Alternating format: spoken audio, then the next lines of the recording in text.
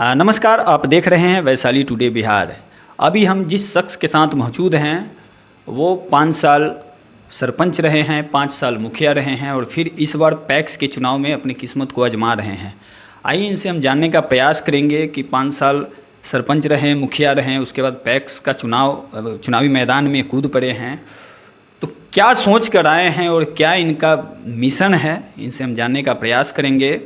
क्या कुछ कहना है? सबसे पहले हम अपने पंचायत वासियों को दीपावली, छठ पर्व एवं कार्तिक पूर्णिमा के उपलक्ष्य में तहे दिल से पंचायत वासियों का हार्दिक अभिनंदन करता हूं। साथ ही वैशाली टुडे बिहार जो पत्रकारिता के क्षेत्र में हमारे पंचायत से आनंद मोहन जी हैं, उनको भी मैं हार्दिक अभिनंदन करता हूं, जो हमसे कुछ साक्षात्कार करने के लिए मेरे पास आए हैं। मुखिया जी, आपसे पहला सवाल रहेगा कि 5 साल आप फुलाड़ पंचायत के सरपंच रहें, आपका 5 साल कार्यकाल कैसा गया? जैसे कि सरपंच कार्यकाल जो है बहुत ही सुदृढ़ ढंग से हम कार्य किए। उस सरपंच कार्यकाल को देखते हुए हमारे पंचायत के जनता ने मुझे मुखिया पद के लिए भी चुना। पुनः मैंने बहुत ही ईमानदारी और इंसानियत के तहत 5 साल स्वच्छ छवि के साथ पंचायत का नेतृत्व किए। गलतफहमी में पंचायत के वासियों ने गलतफहमी में फंसकर हमें अपना कुछ मत नहीं दे पाए, जिसके चलते हम चुनाव हार गए। फिर भी आज जो मैं पैक्स का चुनाव जो लड़ने के लिए जो घोषणा किया हूँ, पंचायत के जनता के ही कहने पर, पंचायत वासियों के ही विचार से हम आए हैं और हम अथक प्रयास में हैं कि पुनः उसी तरह जैसे 5 साल सरपंच, 5 साल मुखिया का कार्यकाल निभाए हैं, उसी तरह हम पूरी ईमानदारिता से, इंसानियत से अपने पंचायत के किसान भाइयों का कार्य करूंगा। जो मैंने बैनर जो छपवाया है उसमें मैं नारा भी दिया हूं। मेरा अपना क्या उद्देश्य है, जो मैंने लिखा है भी है कि समुचित व्यवस्था, समृद्ध किसान और विकसित कृषि पंचायत बनाने का मेरा लक्ष्य है।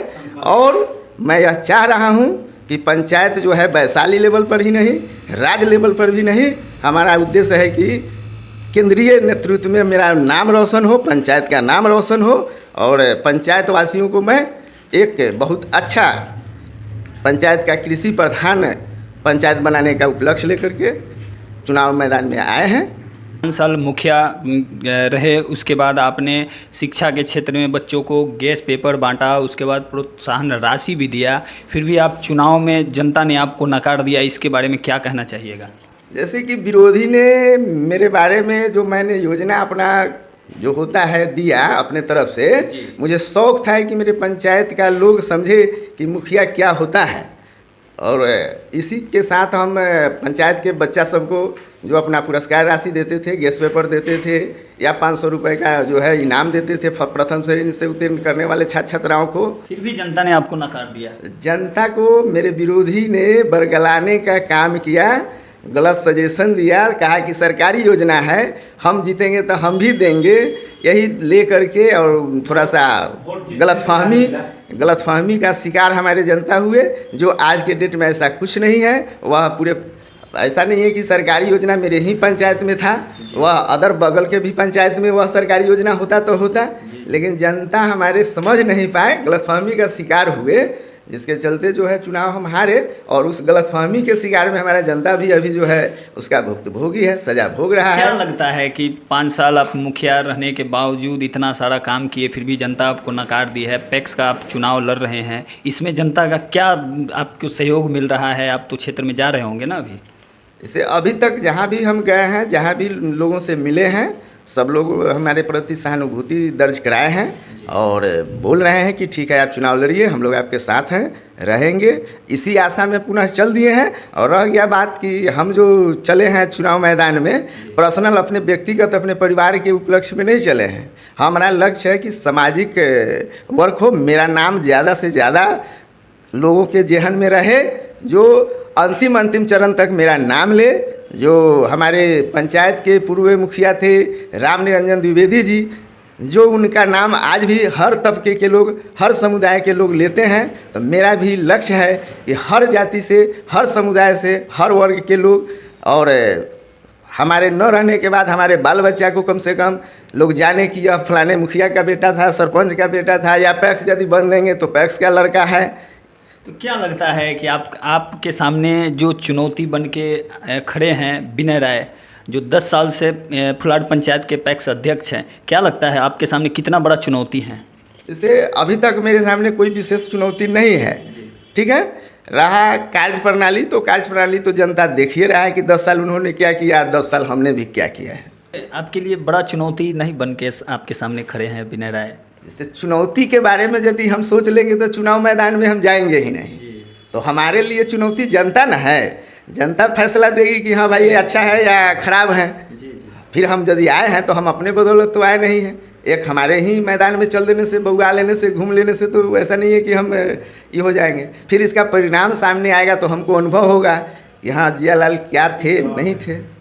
क्या लगता है जनता के बीच में आपका क्या माहौल है? आप जनता से रूबरू अभी हुए हैं कि होने वाले हैं, क्या लगता है? जैसे जनता से डोर टू डोर अभी हम नहीं मिले हैं, फिर भी जहाँ तक मैंने मिले हैं लोगों से, उन सभी लोगों का रुझान है कि भाई आप चुनाव लड़िए, हम लोग आपके साथ हैं, आप चुनाव जीत जाइएगा, आपको कहीं कोई प्रॉब्लम नहीं होगा, आप कहीं गलत नहीं किए हैं, समाज में अच्छा काम किए हैं अभी तक।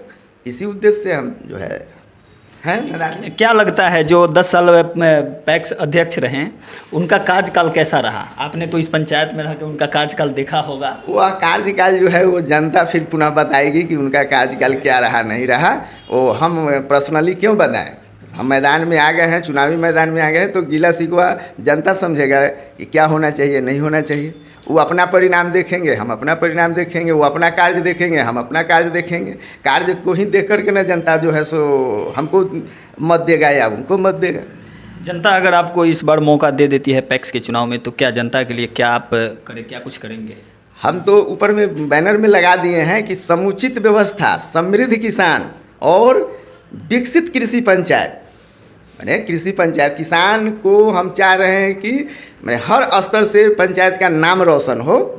हमारी इच्छा है कि जो भी प्रकार से मैंने कृषि से संबंधित, कृषि साख संबंधी जो सामग्री आता है, जो भी है, खाद है, बीज है, या खेती करने से संबंधित जो है सो बहुत से ऐसे उपकरण आते हैं जो अभी तक हमारे पंचायत में कहीं किसी को न उपलब्ध कराया गया है, न खाद बीज उपलब्ध कराया जाता है, नहीं मैंने अदरवाइज बहुत ऐसा स्कीम है जो उसके बारे में जानकारी ही नहीं है किसी किसान को।